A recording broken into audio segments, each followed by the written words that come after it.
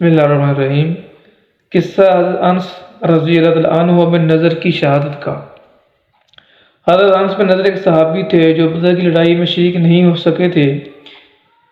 ان کو اس چیز کا صدمہ تھا، اس پر اپنے نفس کو ملامت کرتے تھے کہ اسلام کی پہلی عظیم الشان لڑائی اور تو اس میں شریک نہ ہو سکا۔ اس کی تمنا تھی کہ کوئی دوسری لڑائی ہو تو حوصلے پورے کروں۔ اتفاق سے احد کی لڑائی پیش آ گئی جس میں یہ بڑی بہادری اور دلیری سے شریک ہوئے۔ احد کی لڑائی میں اول تو مسلمانوں کو فتح ہوئی، مگر آخر میں ایک غلطی کی وجہ سے مسلمانوں کو شکست ہوئی۔ وہ غلطی یہ تھی کہ حضور اکرم صلی اللہ علیہ وسلم نے کچھ آدمیوں کو ایک خاص کا مقرر فرمایا تھا کہ تم لوگ اتنے میں نہ کہوں اس جگہ سے نہ ہٹنا کہ وہاں سے دشمن کے حملہ کرنے کا اندیشہ تھا۔ جب مسلمانوں کو شروع میں فتح ہوئی تو کافروں کو بھاگتا ہوا دیکھ کر یہ لوگ بھی اپنی جگہ سے یہ سمجھ کر ہٹ گئے کہ اب جنگ ختم ہو چکی، اس لیے بھاگتے ہوئے کافروں کا پیچھا کیا اور غنیمت کا مال حاصل کیا جائے۔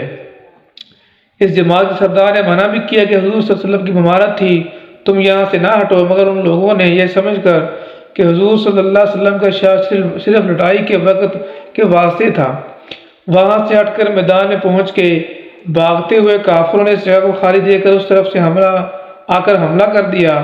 مسلمان بے فکر تھے، اس اچانک بے خبری کے حملے سے مغلوب ہو گئے اور دونوں طرف سے کافروں کے بیچ میں آ گئے، جس کی وجہ سے ادھر ادھر پریشان بھاگ رہے تھے۔ حضرت انس نے دیکھا کہ سامنے سے ایک دوسرے صحابی سعد بن معاذ آ رہے ہیں۔ ان سے کہا کہ اے سعد، کہاں جا رہے ہو؟ خدا کی قسم، جنت کی خوشبو احد کے پہاڑ سے آ رہی ہے۔ یہ کہہ کر تلوار تو ہاتھ میں تھی ہی، کافروں کے ہجوم میں گھس گئے اور اتنے شہید نہیں ہو گئے، واپس نہیں ہوئے۔ شہادت کے بعد ان کے بدن کو دیکھا گیا تو چلنی ہو گیا تھا۔ 80 سے زیادہ زخم تیر اور تلوار کے بدن پر تھے۔ ان کی بہن نے انگلیوں کے پوروں سے ان کو پہچانا۔ فائدہ: جو لوگ اخلاص اور سچی طلب کے ساتھ اللہ کے کام میں لگ جاتے ہیں ان کو دنیا ہی میں جنت کا مزہ آنے لگتا ہے۔ یہ حضرت انس زندگی ہی میں جنت کی خوشبو سونگھ رہے تھے۔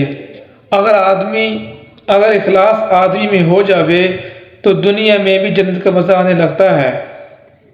اللہ تعالیٰ ہمیں حضرات صحابہ کرام کے نقشے قدم پر چلنے کی توفیق نصیب فرمائے۔ تو میرے بھائی دوستو بزرگوں، یہ ہے صحابہ کرام رضی اللہ عنہم اجمعین کی قربانیاں، جنہوں نے دینی خاطر قربانیاں دی۔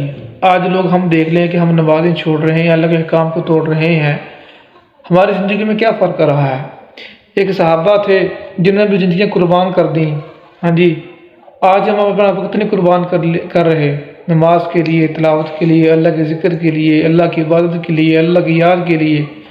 کاش ہم کو بھی یہ بات سوچنی چاہیے کہ صحابہ کرام جو ہمیشہ ہمیں کامیابیاں پا گئے، دنیا و آخرت کی ہمیشہ ہمیں کے لیے کامیاب ہو گئے، آج ہم بھی اگر وہی کامیابی چاہتے ہیں تو ہمیں صحابہ کرام رضی اللہ اجمعین کے نقشے قدم پر چلنا ہوگا اور اللہ کو راضی کرنا ہوگا۔ اس کے لیے مجھے آپ کو کوشش کرنی ہے، محنت کرنی ہے، دعا کرنی ہے، اللہ کے راستے میں نکلنا ہے۔ میں بھی ارادہ کرتا ہوں، آپ بھی ارادہ فرمائیں، اللہ پاک میری آپ کو اپنے راستے میں نکلنا قبول فرمائے۔ السلام علیکم۔